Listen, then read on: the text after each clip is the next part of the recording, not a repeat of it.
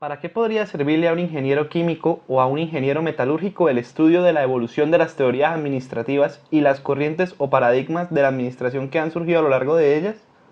Fácil, para tener una de las mayores, si no la mejor ventaja competitiva en el mercado sobre la gran cantidad de ingenieros que participan para obtener los mismos puestos en la industria. ¿Cómo es esto posible?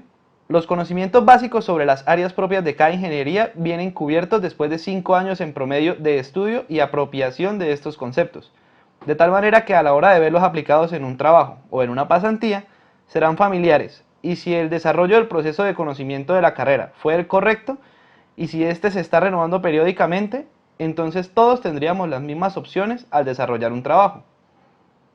Lo que realmente nos diferencia es el trato con la gente que tendremos a nuestro cargo a la hora de desempeñarnos como profesionales. Si en vez de realizar todo de manera empírica a la hora de realizar una contratación, se tienen en cuenta los principios de Taylor sobre la administración científica, o cuando se requiere iniciar un nuevo proyecto, se aplican los conceptos y paradigmas neoclásicos de la planeación estratégica y la administración por objetivos, esto, en conjunto con el debido trato a las personas proporcionado por las teorías de relaciones humanas, se tendrá la verdadera ventaja sobre los otros competidores y se entregará el mejor aporte posible a la organización. Es también importante conocer el entorno dentro del cual se encuentra la compañía, de tal manera que si se conocen los clientes, los proveedores y los deseos de los inversionistas, se podrá actuar de tal manera que obtengamos clientes felices, trabajadores felices y, por supuesto, inversionistas felices. Queda claro entonces que el debido estudio y conocimiento de las múltiples teorías de administración existentes y su aplicación a la vida no solo profesional sino cotidiana es de vital importancia para el mundo.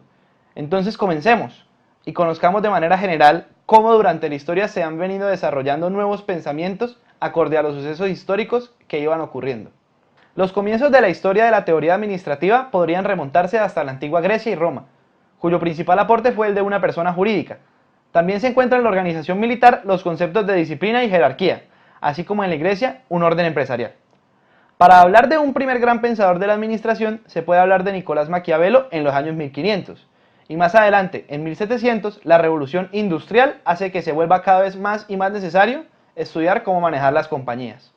Como vemos, no es claro dónde comienza el estudio de algo tan esencial como el manejo de personas con el fin de obtener beneficios económicos y sociales. Pero sí podemos dar un punto de enlace entre las teorías económicas existentes y el diario vivir de los grandes ejecutivos. Este se remonta a octubre de 1922, con el nacimiento por parte de la Escuela de Negocios de Harvard, del Harvard Business Review. Nos ubicamos en una década en la que existía una severa restricción hacia la emigración a otros países. Hubo una alza generalizada mundial en los aranceles, propia de los modelos de proteccionismo económico que desarrollaban en este momento las grandes potencias del mundo. Este tipo de normativa generó una caída importante en la bolsa de valores y por ende la quiebra de muchos negocios. A nivel administrativo entonces surgen diferentes corrientes de pensamiento que tratan de dar la mejor opción para administrar. Nos encontramos en la época del paradigma clásico, cuyos máximos expositores incluyen a Taylor, Mary Parker Follett, Weber y Fayol. El primero toma la administración como un proceso científico y su mayor aporte fue la escogencia del personal por medio de sus capacidades específicas para cada tarea, dando remuneraciones de acuerdo al trabajo prestado. Fayol se encargó de dar orden a la alta gerencia, proponiendo cómo administrar y dividiendo el trabajo en 6 áreas: comercial, financiera, contable, seguridad, administrativa y técnica. Weber, por su lado, propuso la jerarquía, la famosa pirámide administrativa, y mientras tanto, Mary Parker Follett se adelanta a su época, proponiendo un trato más humano con el empleado. Desafortunadamente, debido al momento y a su género, es ignorada por décadas. En 1929 ocurre el famoso Jueves Negro, y la economía mundial se cae por completo. De esta manera entramos ahora a la década de los 30, y con esta una serie de sucesos importantes a nivel histórico. Por ejemplo, la ley Wagner, que organizaba a los sindicatos, y las leyes de seguridad social, así como las leyes bancarias, que si bien estabilizaron el sistema, hicieron que los bancos se debilitaran de gran manera. Al final de la década comienza la Segunda Guerra Mundial, y con ella vendría una serie de consecuencias que iban a afectar económicamente todo el mundo. A nivel administrativo surge Elton Mayo, con su teoría de relaciones humanas, estableciendo que la comunicación entre trabajadores y jefes era importante, que los grupos informales dentro de las empresas tenían más poder del que se pensaba y que era muy importante incentivar de manera económica a los trabajadores. También Burr y Means sostienen que los accionistas estaban perdiendo poder sobre los gerentes. Asimismo, con las nuevas leyes se reducen los horarios de trabajo, se restablecen los departamentos de personal, pero también se produce una cantidad considerable de despidos. A finales de esta década, Chester Brandt analiza la dirección de una organización, rechazando las órdenes desde la parte superior de la pirámide hacia abajo y proponiendo un sistema de cooperación. En este momento entramos a los 40, en plena guerra mundial. Después de su finalización y con todos los destrozos que había dejado, surge el Plan Marshall, como forma de recuperación de Europa. Con la Declaración de Derechos se fomenta la educación de la clase media y se promueve la estabilidad dada por el modelo de Keynes. Por estos momentos se empieza a medir el Producto Nacional Bruto como medida de la riqueza de una nación. Se produce una fuerte descentralización y el movimiento comunista comienza a tomar fuerza. En 1950 comienza la Guerra de Corea. A nivel de teoría administrativa, esta década comienza con el gran trabajo de Abraham Maslow llamado Jerarquía de Necesidades, en el cual ofrece a los empresarios una guía para obtener un verdadero compromiso por parte de los empleados y así unos mejores ingresos.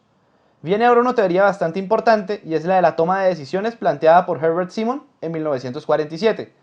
Encuentra los límites de la racionalidad y plantea que es considerable que una organización, sin sacrificar los objetivos empresariales, puede generar las condiciones de su propio desarrollo en beneficio del desarrollo humano, asumiendo que la decisión, siendo un proceso esencial, se genere sobre la creatividad y la cooperación sin ejercerse como instrumento de poder, que permita ser aplicado dentro del contexto y el marco de los procesos. Por último, en esta década, Joel Dean toca el tema de la publicidad y de cuánto invertir en ella, de tal manera que se puedan mejorar los ingresos. Henry Markowitz, por su parte, analiza los diferentes riesgos de inversión y recomienda a los gerentes diversificarlos, para poder tener diferentes oportunidades de generar ingresos. Por último, en 1952, Rogers y Robert Litzberger analizan los temas administrativos desde la psicología, y de esta manera tratan de darle al gerente una guía para que aprenda a escucharse a sí mismo y a sus subordinados. Ya en la década de los 40, el paradigma neoclásico o reformista comienza a ser más influyente en los diferentes pensamientos administrativos. Esta etapa se inicia con la teoría general de los sistemas planteada por el biólogo Bertalanffy y que posteriormente fue adaptada a la administración por Cass y Kahn en 1940. Quienes definen la organización como un sistema abierto en constante interacción con su medio. Una organización es un sistema compuesto por un conjunto de subsistemas que tienen determinadas funciones y en donde cada uno está en interacción con otros subsistemas. Una organización insume información y materia energética de su ambiente y que después es procesada. Esos elementos los producen. De esta forma, los cambios en el ambiente tienen un impacto continuo sobre la organización. Posteriormente, el propio Herbert Simon desarrolla su teoría acerca de la toma de decisiones denominada racionalidad limitada, que aporta una nueva dimensión en la toma de decisiones gerenciales, y posteriormente, dentro del mismo paradigma, surgen planteamientos como los de Peter Drucker acerca de la administración por objetivos, y el propio Andrews desarrolla el modelo de la planeación estratégica. Bismarck, en 1998, identifica tres enfoques normativos, es decir, aquellos que enfatizan sobre la manera como la estrategia debería concebirse, más que como la manera como ella se realiza efectivamente. Tres escuelas se mencionan. La primera de ellas es la Escuela de la Concepción en los años 60, la cual valoriza la elaboración de la estrategia como un proceso de concepción informal. La segunda escuela es la Escuela de la Planificación en los años 60 y 70, consolida la elaboración de la estrategia como un proceso de planificación formal. Y por último tenemos la Escuela del Posicionamiento, desarrollada en los años 80. Hace menos énfasis en el proceso de elaboración de la estrategia como tal y privilegia el contenido principalmente al análisis del posicionamiento estratégico. En segundo lugar, se refiere a los enfoques descriptivos que consideran los aspectos específicos de elaboración de la estrategia, interesándose menos en la formulación del comportamiento ideal y profundizando en los procesos reales de formulación de estrategia. Los dos primeros enfoques explican comportamientos individuales de las estrategias. La cuarta escuela prevista es la Escuela del Espíritu Empresarial, en donde asocian la estrategia al espíritu de la empresa, que definen como la creación de una visión por un gran líder. La quinta escuela prevista es la Escuela Cognitiva, en donde la elaboración de la estrategia es concebida como un proceso mental que conduce al individuo a la visión. Se apoyan en la psicología cognitiva para penetrar el espíritu de la estrategia. Los siguientes enfoques descriptivos involucran otros aspectos y fuerzas en la formulación de la estrategia, como lo es la Escuela del Aprendizaje, en donde según esta escuela el mundo es muy complejo para que la estrategia se pueda diseñar en un instante La elaboración de la estrategia se logra progresivamente al ritmo de la adaptación de la empresa o de su aprendizaje, por lo que se concibe como un proceso emergente. La séptima escuela es la escuela del poder. Trata la elaboración de la estrategia como un proceso de negociación entre grupos opuestos tanto al interior como al exterior de la organización. La octava escuela es la escuela cultural. Considera la elaboración de la estrategia como proceso colectivo y de cooperación, enraizado en la cultura de la organización. La novena escuela es la escuela del medio ambiente. Ven la elaboración de la estrategia como un proceso de reacción que tiene su propio origen en el contexto exterior de la empresa y no en su seno. Busca comprender las presiones externas sobre la empresa. Finalmente, plantea los enfoques taxonómicos. La décima escuela es la escuela de la configuración, la cual pretende integrar, combinar todas las anteriores escuelas juntando los diferentes elementos, el proceso de elaboración, el contenido de la estrategia, la estructura organizacional y su contexto. La elaboración de la planeación estratégica consta de varias fases dentro de las que se pueden mencionar. La formulación de los objetivos de la organización, los cuales deben ser definidos en orden de importancia y de prioridad. Deben ser flexibles y susceptibles de ser reacomodados según lo indiquen las circunstancias que se pueden presentar. Analizar las condiciones internas de la empresa para poder ver con qué recursos se cuentan para las operaciones actuales y futuras, cuáles son las fortalezas y debilidades o limitaciones que existen en la empresa, comprender bien qué problemas se quieren resolver, por qué y saber lo que se puede ganar. Analizar el ambiente externo que rodea a la empresa, esto es, revisar cómo está su mercado actual, cómo va su permanencia en él, cuáles son las oportunidades, cómo es la competencia y otra serie de factores que podrían afectar como por ejemplo el tipo político, económico, social, entre otras. Verificar que el plan se trazó sea viable y a la vez que tenga coherencia. Finalmente, formular las diversas y posibles alternativas estratégicas que la empresa pueda usar para lograr los objetivos propuestos. El siguiente pensamiento que tiene lugar es el paradigma del capitalismo industrial. Este paradigma se desarrolla posteriormente en la Segunda Guerra Mundial y se caracteriza por la preocupación de temas como lo social, lo humano, la participación, la confianza, la autonomía del trabajador, el empoderamiento, el trabajo en equipo y en general todo aquello que tiene que ver con el homo social. La reflexión sobre la cultura organizacional se inició en el anonimato absoluto, hace más de 40 años por investigadores tales como Elliot Jacques, Irving Goffman, Chester Barnett y Paul Snake, quienes estudiaron aspectos como los valores y el estilo de dirección. Sin embargo, el tema se encuentra en primer plano. Hoy en día, en razones a su relación con los problemas sociales, culturales, organizacionales e individuales, lo que ha permitido que el concepto adquiera mayor autonomía y sea estudiado con rigurosidad. Es decir, que al hablar de cultura realmente se está hablando de un proceso de estructuras reales que nos permiten ver y comprender ciertos hechos, acciones, objetos, expresiones y situaciones de modos distintos. Se puede decir que la naturaleza de la cultura se encuentra en sus costumbres y normas sociales. También se puede ver que la cultura es algo más que seguir unas reglas. Entonces las organizaciones son mini sociedades que tienen sus propios patrones o modelos de creencias. Son mini sociedades que tienen sus propios patrones o modelos de creencias compartidas, divididas y soportadas por varias normas operativas y rituales que pueden ejercer una influencia decisiva en la eficiencia de la organización para conseguir los retos que se afrontan día a día. El control de calidad es un instrumento altamente racional para la dirección de las organizaciones. El objetivo central es intentar disminuir y controlar los costos de las operaciones y aumentar la productividad de todos los niveles de la organización, que se expresa en utilidades. Estas utilidades deberán ser compartidas con los consumidores, empleados, accionistas y la sociedad en general. En la última década, el paradigma que más tiene influencia es el paradigma del capitalismo financiero. Este paradigma involucra temas como la reingeniería, el outsourcing, el benchmarking y las nuevas tendencias sobre el teletrabajo. Presenta énfasis en temas como la globalización, la reducción de costos, la competitividad y estimula la gerencia del valor agregado del carácter individual. Estimula la incorporación de nuevas tecnologías de la información y se orienta más hacia los procesos que hacia las tareas, buscando un trabajador polivalente y reemplazando a aquel trabajador super macro especializado. La reingeniería, según Champi, se refiere a un cambio total de las prácticas productivas y administrativas de la empresa. En palabras de autor, significa empezar de nuevo.